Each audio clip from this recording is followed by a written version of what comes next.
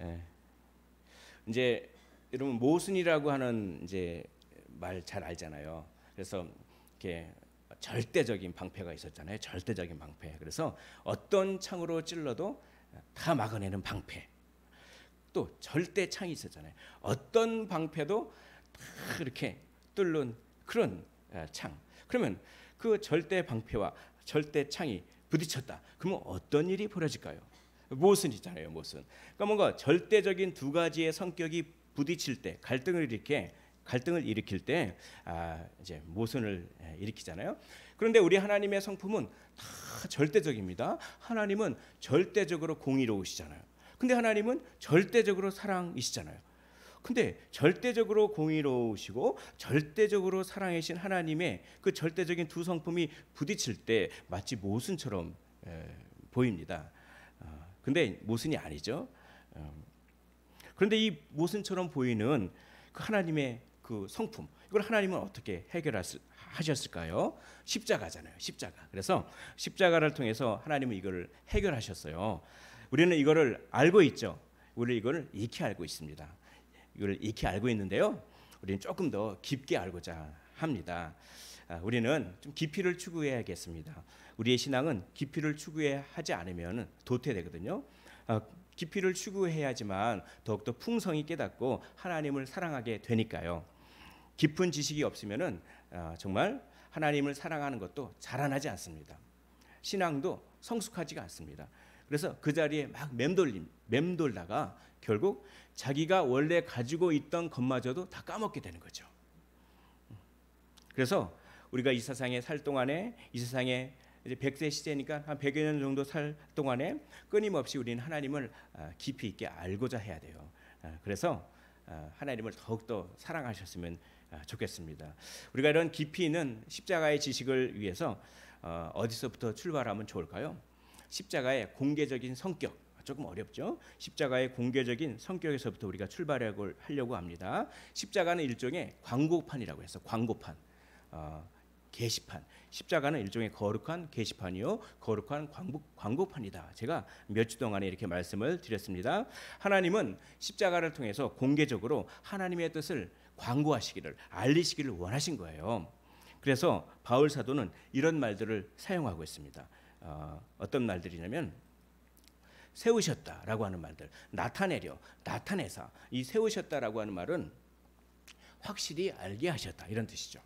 또 25절에 보니까 나타내려라고 하는 말이 있어요. 26절에 보니까 나타내자라고, 나타낸다라고 하는 말을 두 번이나 반복해요. 이 나타낸다라고 하는 말은 뭐냐면 증명한다, 이런 뜻이죠. 하나님은 공개적으로 십자가에서 증명하시기를 원하셨어요. 하나님은 뭘 증명하시기를 원하셨습니까? 이걸 증명하시기를 원하셨습니다. 하나님은 의로우시다. 근데 이상하잖아요. 하나님이 공의롭고 의로우시다. 증명할 필요가 있을까요? 너무나 당연한 진리인데 왜 하나님은 이걸 공개적으로 십자가에서 증명하시려고 하셨을까요? 하나님의 의로우심이 의심받고 있었기 때문에 그래요. 하나님의 의로우심 성품이 위협을 당하고 있었습니다. 왜 위협을 당하고 하나님의 그 의로우신 성품이 왜 의심을 받고 있었을까요? 바울은 그걸 기록하고 있어요. 바로 오늘 말씀에 이런 말씀이 있어요. 전에 지은 죄를 간과하심으로 라고 되어 있습니다. 하나님은 전에 지은 죄를 간과하셨어요. 그래서 정말 자신의 공의가 의심받게 됐습니다. 그래서 십자가를 통해서 자신의 의로우심을 증명하시기를 원하신 거예요. 그러면 우리 한번 조금 더 자세히 살펴보기를 원합니다. 전에 지은 죄를 간과하셨다. 이게 구체적으로 어떤 뜻일까요? 두 가지 뜻이 있습니다. 첫 번째는 이런 뜻이 있어요. 인간의 죄를 즉각적으로 완전하게 심판하지는 않으셨다, 이런 뜻입니다. 그게 전에 지은 죄를 간과하셨다라고 하는 뜻이죠. 죄를 간과하셨다는 것은 죄를 아예 심판하지 않았다, 이런 뜻이 아니라 죄를 받아야 할 만큼 다 충분히 심판하지 않았다는 거예요. 그게 시편 기자도 그런 얘기를 하잖아요. 시편 103편 10절에 이런 말씀이 있습니다. 시편 기자가 이렇게 노래하는 거예요. 우리의 죄를 따라 우리를 처벌하지는 아니하시며 우리의 죄악을 따라 우리에게 그대로 갚지는 아니하셨으니, 만약에 우리의 죄를 따라 우리의 죄만큼 그대로 다 갚으셨다면 어떤 일이 벌어질까요? 인간은 아마 하나도 없었을 것입니다. 왜냐하면 죄의 삭은 사망이잖아요. 하나님은 아무리 작은 죄도 하나님께 지은 거기 때문에 그렇죠? 무한대의 크기가 되는 거예요. 그렇기 때문에 뭡니까? 죄의 삭은 사망이기 때문에 우리가 마음속으로 누구를 미워하기만 해도 바로 죽어요. 그냥 하나님께서 죄를 간과하시지 않았다면 죄를 하나님의 공의의 성격에 걸맞게 그대로 처벌을 했었다면 완전하게 즉각적으로 처벌했었다면 우리가 누구에게 조그만 거짓말을 해도 바로 죽습니다. 그러면 이 세상에 살아남을 사람이 하나도 없으셨죠. 근데 하나님은 우리를 참 불쌍히 여겨주셔서 죄를 다 그대로 갚지는 않으시고 간과하신 거예요. 그래서 이런 말씀이 있잖아요. 마태복음 5장 45절에 하나님께서 우리 태양을 비춰주시는데 악인과 선인에게 골고루 다 비춰주시는 거예요. 그리고 비를 내리시는데 의로운 자와 불의한 자에게 골고루 다 내려주시는 거예요. 이게 하나님이 이게 이렇게 의로우신 분이 아니다. 이렇게 하나님의 의로우심이 위협받는 겁니다. 이게 하나님이 어떻게 불의한 자에게 악인에게 그렇게 은혜를 베푸실 수가 있죠? 이거는 하나님의 공의로 봐서는 이게 안 되는 거예요. 그러니까 이게 이런 말씀들은 하나님의 의로우심이 지금 의심받고 하나님의 의로우심이 지금 위협받고 있는 상황이거든요. 여러분, 하나님이 용서하시는 게 쉬울까요? 어려울까요? 하나님이 용서하는 건 굉장히 어려운 일입니다. 왜입니까? 하나님은 공의의 하나님이시기 때문에 그래요. 그래서 하나님은 용서하시는 게 굉장히 어려운 분입니다. 우리는 하나님의 긍휼의 하나님이니까 하나님이 너무나 쉽게 용서하시는 줄 아시죠? 아닙니다. 하나님에게 있어서 용서는 너무나 어려운 거예요. 매우 자기 아들을 죽일 정도로 어려운 겁니다. 하나님은 공의의 하나님이시기 때문에 그래요. 근데 이 공의의 하나님이 이런 식으로 위협을 받고 있는 것이죠. 그리고 심지어는 악인의 형통함도 허용하십니다. 그래서 아삽이라고 하는 사람은 시편 73편에서 하나님께 실망을 해요. 왜 악인의 형통함을 그렇게 하나님은 허용하십니까? 악인이 저렇게 잘 되는 꼴을 왜 이렇게 보고만 계십니까? 하나님은 공의의 하나님 맞으십니까? 이렇게 의심한다니까요. 그게 시편에 나와 있어요. 나는 거의 넘어질 뻔하였고 나의 걸음이 미끄러질 뻔하였으니 왜입니까? 이는 내가 악인의 형통함을 보고 하나님은 왜 악인을 심판하지 않는가라고 하면서 거의 넘어질 뻔했다. 이 말은 신앙을 버릴 뻔했다 이런 뜻이에요. 나의 걸음이 미끄러질 뻔했다. 나는 하나님을 믿지 않기까지 생각할 정도로 그렇게 실망했다 이겁니다. 그러니까 참 이 세상에 보니까 정말 하나님이 어디 계셔? 하나님이 계시면 저런 사람들이 어떻게 살아남을 수가 있어? 하나님이 계시면 어떻게 저렇게 악한 사람들이 저렇게 떵떵거리고 잘 먹고 잘 살 수 있어? 하나님 없어. 나는 그냥 하나님을 안 믿을래. 거의 그렇게 생각하는 사람들이 좀 제법 많이 있는 것 같습니다. 아삽도 거의 일보 직전까지 그렇게 그런 생각을 가졌던 것 같아요. 그럴 정도로 하나님은 죄를 간과하심으로 말미암아 하나님의 의로우심이 위협을 당하고 하나님의 의로우심이 의심 받으셨던 거예요. 그래서 하나님은 공개적으로 자신의 의로우심을 증명하고 싶으셨던 거죠. 근데 사실 하나님은 왜 이렇게 죄를 간과하시나요? 기회를 주시기 위해서, 우리가 회개할 기회를 주시기 위해서. 하나님이 하나님의 의로우심을 그대로 100% 공의를 쏟아내면 회개할 기회조차도 없이 바로 다 죽잖아요. 근데 하나님은 긍휼이 무한하신 분이기 때문에 우리에게 회개할 기회를 주시는 거예요.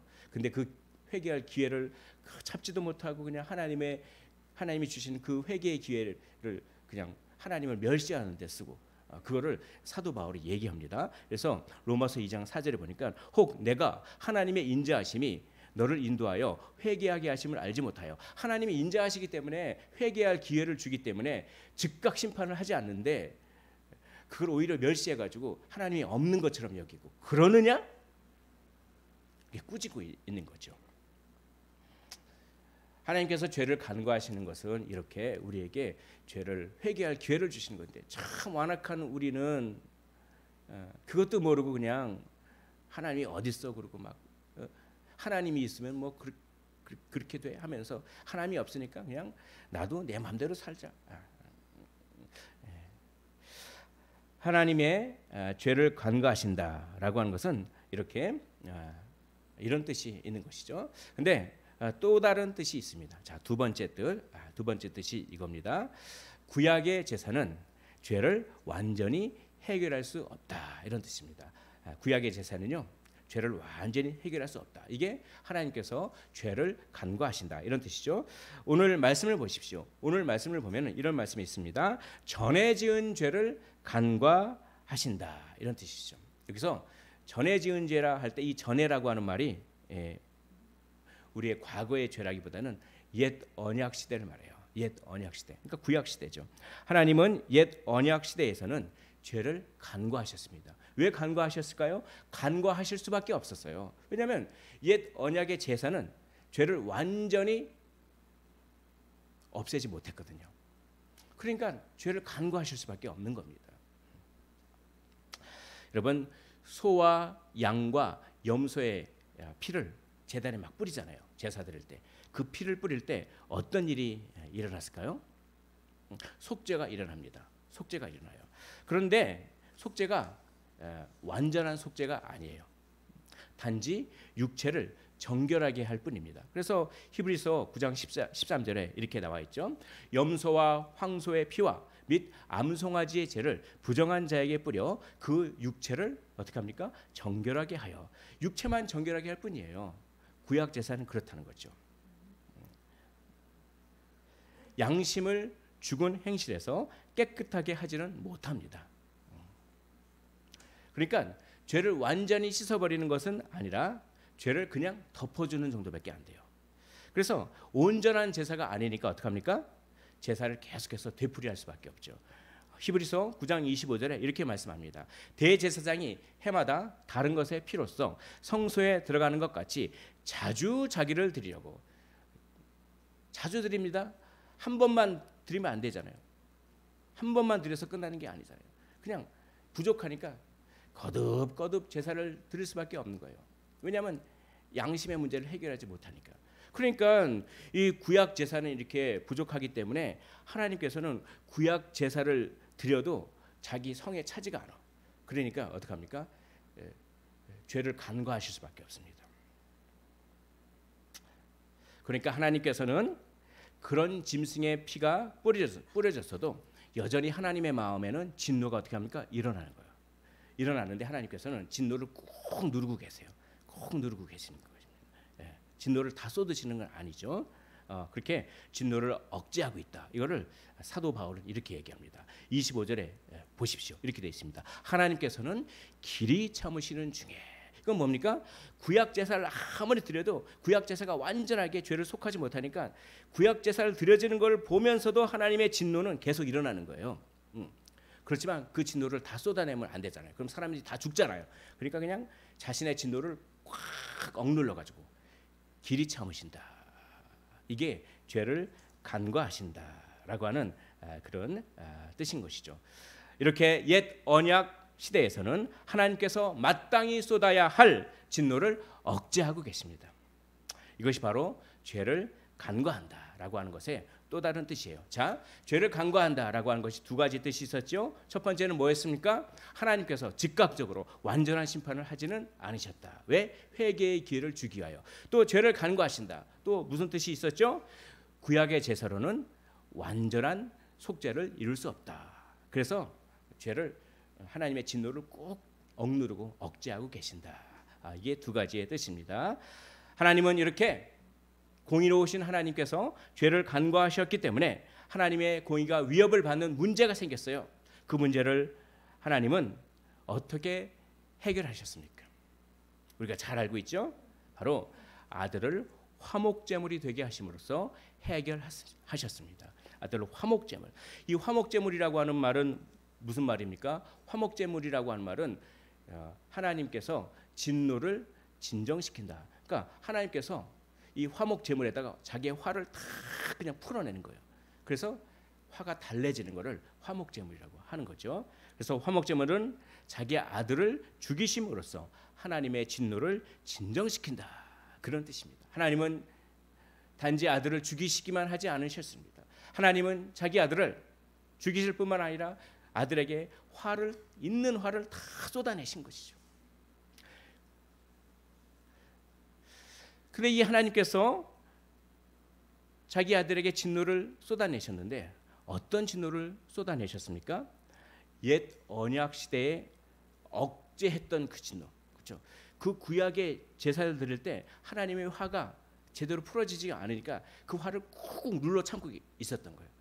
그 구약 시대의 제사로는 화를 다 풀어내지가 못하니까 그 꾹꾹 억눌려 있던 그 화를 한꺼번에 다 누구에게 터뜨렸습니까? 자기 아들에게 터뜨린 거예요. 자기 아들에게. 그럼으로써 하나님의 진노가 다 해결되고, 그리고 뿐만 아니라 하나님의 의로우신 성품이 공개적으로 증명된 것입니다. 바로 이거죠. 자기 아들을 저렇게 진노를 부으실 정도로 하나님은 죄를 혐오하시고 하나님은 공의로우시다. 이거를 자기 아들을 죽이시고 자기 아들에게 진노를 쏟아 부으심으로 말미암아 공개적으로 하나님은 증명하신 것입니다. 할렐루야. 하나님은 정말 이렇게 공의로우신 분인 것이죠. 여러분, 아들에게 진노를 부으셨다라고 하는 것이 중요합니다. 아들은, 하나님의 아들 예수 그리스도는 시간에 얽매이는 분입니까? 아니면 시간을 초월해서 영원하신 분입니까? 시간을 초월해서 영원하신 분이죠. 그러니까 그 시간을 초월해서 영원하신 분에게 하나님의 진노가 쏟아졌기 때문에 단 한 번 쏟아졌지만 그 진노는 어떻게 합니까? 영원한 거예요. 그러니까 그게 우리에게 은혜가 됩니다. 진노가 영원히 하나님께 예수님께 쏟아졌기 때문에 과거에 우리가 마땅히 받았어야 할 진노, 현재 우리가 마땅히 받아야 할 진노, 내일 우리가 마땅히 받아야 할 진노, 그것이 영원하신 분 자기 아들에게 한꺼번에 단 한 번이지만 영원하게 다 쏟아지신 것입니다. 그러므로 우리는 하나님의 진노로부터 영원히 해방되었다라고 하는 그런 놀라운 은혜가 있는 것입니다. 과거에 억제하셨고 지금 억제하고 계시고 앞으로 억제하실 모든 진노를 하나님은 아들에게 쏟아 부으심으로 말미암아 하나님의 의로우심은 영원히 증명된 것입니다. 그러므로 예수님은 더 나은 제사를 드리셨고 영단번, 영원히 단번에 완전한 제사를 드리신 것입니다. 그것이 히브리서 9장 26절에 있죠. 그리하면 그가 세상을 창조한 때부터 자주 고난을 받았어야 할 것이되 이제 자기를 어떻게 합니까? 단번에 제물로 드리셨다고 얘기합니다. 히브리서 9장 28절에 이와 같이 그리스도도 많은 사람의 죄를 담당하시려고 어떻게 합니까? 단번에 드리셨어요. 근데 그럼 하나님께서 자기의 공의를 증명한 것이 우리에게는 도대체 무슨 상관이 있습니까? 하나님이 공의로우시다고 하는 것을 저희가 십자가에서 자기 아들을 그렇게 죽이시고 진노를 쏟아 부은 것이 도대체 우리와는 무슨 상관이 있죠? 상관이 있어요. 만약에 하나님께서 십자가에서 자신의 공의를 증명하지 않았다면 우리의 구원은 다 헛된 거예요. 다 부족한 겁니다. 왜냐하면 우린 죄인이잖아요. 우리 죄인을 구원하시기 위해서 하나님은 용서했잖아요. 근데 이게 하나님의 공의에 걸맞는 행동입니까? 걸맞지 않잖아요. 근데 하나님께서 자기의 공의를 증명하시지 않았다면, 그렇죠? 우리가 우리를 용서하시고 우리가 구원받은 것 때문에 하나님의 공의는 손상당합니까? 손상당하지 않습니까? 손상당하잖아요. 그러니까 우리의 구원 때문에 우리의 구원이 하나님의 또 다른 성품을 훼손시키게 된단 말이죠. 그러면 이거는 부당한 겁니다. 부당한 거예요. 그렇기 때문에 우리의 구원이 불완전하게 되는 거예요. 우리의 구원이 불완전하게 돼요. 근데 할렐루야, 하나님은 정말 놀라운 탁월한 방법을 쓰신 것이죠. 하나님은 정말 죄인인 우리를 용서하시되 의로움이라고 하는 자신의 성품을 손상하지 않는 방법을 사용하셨어요. 그래서 하나님의 공의도 만족되고 우리를 긍휼히 여기시고 우리에게 자비를 베푸시는 하나님의 사랑도 만족되는 그 모순을 해결하신 것이죠. 자기 아들을, 그렇죠? 우리 대신 죽이시고 우리가 받아야 될 진노를 자기 아들에게 쏟아 부으심으로 말미암아 하나님의 모든 성품을 손상시키는 것 없이, 모순이 전혀 없이 그렇게 구원해 주신 거예요. 그러므로 우리의 구원은 어떻습니까? 불완전하고 부당한 것이 아니라 완전한 것입니다. 할렐루야. 이것이 하나님의 놀라운 지혜입니다. 여러분, 십자가는 정말 인간이 헤아릴 수 없는 놀라운 지혜인 것입니다. 십자가는 하나님의 모든 성품이 전혀 모순됨이 없이 완전하도록 해주는 그런 것이죠. 그래서 십자가의 지혜를 그렇게 찬양하고 있는 것입니다. 로마서 11장 33절의 말씀, 우리 화면을 보면서 한 목소리로 읽어보도록 하시겠습니다. 로마서 11장 33절 말씀입니다. 자, 시작. 깊도다 하나님의 지혜와 지식의 풍성하며 그의 판단은 헤아리지 못할 것이며 그의 길은 찾지 못할 것이로다. 아멘. 그러니까요, 이걸 한번 생각해 보십시오. 하나님 우리를 너무나 사랑하셨어요. 그래가지고 자기의 공의가 의심받고 자기의 공의가 위협당하는 것을 다 감수하셨어요. 감수할 정도로 우리를 용서하시고 사랑하셨어요. 근데 또 그렇게 놓으니까 우리의 구원이 불완전해지잖아요. 그러니까 어떻게 합니까? 자기의 공의도 증명하신 거예요. 그래서 자기의 공의도 증명하시면서 우리의 구원도 완전하게 된 걸로, 할렐루야, 우리의 구원은 결코 취소될 수 없습니다. 여러분 그걸 믿으셨으면 좋겠습니다. 하나님께서 우리를 이렇게 정말 사랑하시고 구원하셨기 때문에 우리의 구원뿐만 아니라 우리의 삶도 인도하십니까? 안 인도하십니까? 당연히 인도하십니다. 하나님이 자기 아들도 주셨는데 어찌 이 모든 것을 우리에게 주시지 아니하겠느냐. 이것을 꽉 믿으십시오. 염려 걱정이 밀려올 때, 세상 풍파가 밀려올 때, 몸이 아프고 마음도 아프고 정말 일어나서 걷기 좋다 힘들고 소망이라고 하는 것이 별로 보이지 않고 그럴 때 이걸 기억합니다. 우리의 구원은 완전하다. 우리의 구원은 완전합니다. 하나님께서 공의로우신 성품도 훼손시키지 않는 방식으로 우리의 구원을 증명하셨기 때문에, 우리의 구원은 완전하시기 때문에 하나님은 우리의 삶도 완전하게 인도해 주실 줄 믿으시기를 원합니다. 그 하나님을, 그러니까 우리는 어떻게 해야 되겠습니까?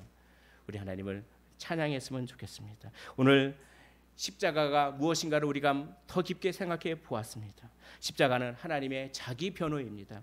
그 거룩한 변호를 위해 자기 아들을 그의 피로써 화목제물로 세우셨습니다. 그 거룩한 변호를 통해서 하나님도 의로우시고 우리의 구원도 정당함이 증명되었습니다. 우리의 구원은 완전하고 안전합니다. 할렐루야. 이제 우리가 결단하기를 원합니다. 우리가 불평불만하는 입술을 다 제거해버리고 우리가 염려 걱정 의심하는 대신 하나님께 기도하고 찬양하겠습니다. 우리가 일평생 주를 위해 살겠습니다. 우리가 일평생 주님을 찬양하며 살겠습니다. 그 주님의 높고 위대하심을 내 영혼이 찬양하며 살겠습니다. 그렇게 찬양해 보십시오. 막힌 담을 하나님께서 허실 것입니다. 하나님, 우리의 문제를 해결하는 한 가지 방법은 무엇입니까? 유일한 방법은 하나님을 찬양하는 것입니다. 그 문제에 고민하고 그 문제에 얽매이기보다는 그 문제를 해결하실 분께 의지하는 방법이 우리가 써야 할 유일한 방법입니다. 우리 하나님을 찬양하기를 원합니다. 주 하나님, 독생자 아낌없이 우리를 위해 보내주셨네. 십자가에 피 흘려 죽으심으로 말미암아 우리의 구원을 증명하시고 내 모든 죄를 대속하셨네. 오, 놀라운 십자가의 지혜. 주님의 높고 위대하심을 내 영혼이 찬양하네. 주님의 높고 위대하심을 내 영혼이 찬양하네. 우리 화면을 보면서 우리 요거 한번 찬양 주님께 올려드리도록 하겠습니다. 주 하나님, 독생자 아낌없이. 주 하나님, 독생자 아낌없이 우리를 위해 보내주셨네.